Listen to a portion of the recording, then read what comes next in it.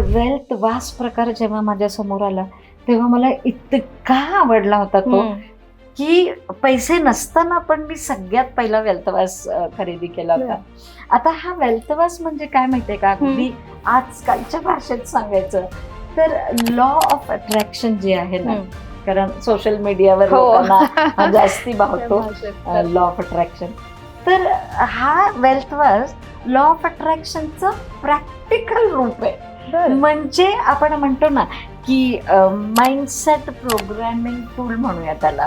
कारण जर विचार केला तर पुरातन कालापासून काय चालत आलंय, तर राजे रजवाड्यांकडे किंवा बरेच व्यापारी वगैरे काय करायचे, तर ते रांजण सारखं असायचं ना, तर ते किंवा असे एका मोठ्या घडा म्हणूया किंवा तो जो वास असायचा लक्ष्मीच्या हातात जसा असतो तसा, तर ते धान्यानी किंवा धान्यानी आणि काय म्हणायचं पैशानी, ह्या गोष्टी दागिने ह्या गोष्टी घालून छान बांधून ते घरात कुठेतरी लपून ठेवायचे.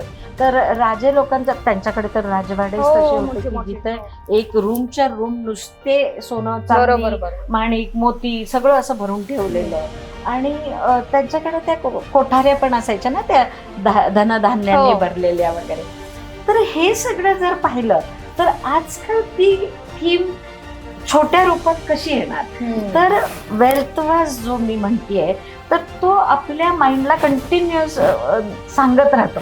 बघ, जर एखादी वस्तू तुला दिसली तर ती लगेचच आपलं माइंड कनेक्ट होतं की अरे ह्याच्यामुळे माझ्याकडे भरपूर संपत्ती धनधान्य भरपूर येणार, you know you are happy with that. आणि कनेक्ट होतं लगेच तुम्ही. प्लस आता बघ ना, बँकेत एक आपल्याला जेव्हा विचार येतो की अरे माझं सेव्हिंग आहे, माझे एफडीज आहे, तर हा थॉट तुम्हाला नकळत असा चेहरा खुलतो, आनंद देतो. एक्झॅक्टली की अरे हा हे माझ्याकडे आहे. तसं वेल्थ जेव्हा तुम्ही कपाटातली सांगते ठेवा म्हणून, तर कपाट उघडून अरे हा आपल्याला येस हाच तर आहे राजकीय बात की आपल्याला हा भरपूर अबंडन्स भरपूर प्रॉस्पेरिटी देणारा. सो हा एक असा प्रॅक्टिकल म्हणूया आपण दिसणारा सिम्बॉलिकली आपल्याला बरंच काही देऊन जाणार.